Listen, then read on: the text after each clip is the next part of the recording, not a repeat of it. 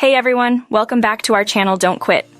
Today, we're tackling a common challenge: how to lose weight when you have a jam-packed schedule.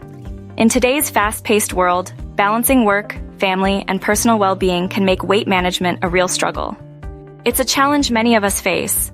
It's crucial to set achievable and sustainable weight loss goals. Let's focus on overall health and well-being rather than just the number on the scale. Small, consistent changes make a big difference. Planning and meal prepping are key. Quick and nutritious meals and snacks can be a lifesaver. Making healthier choices when eating out or on the go is also important for busy individuals. Regular physical activity is essential. Short, high-intensity workouts and incorporating movement into daily routines are effective strategies. Scheduling workouts as non-negotiable appointments is a game changer.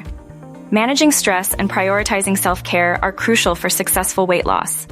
Mindfulness practices, adequate sleep, hydration, and making time for relaxation and hobbies are all vital. Remember, your health is a priority. Experiment with these strategies and find what works for you. Don't forget to subscribe for more tips on maintaining a healthy lifestyle amidst a busy schedule.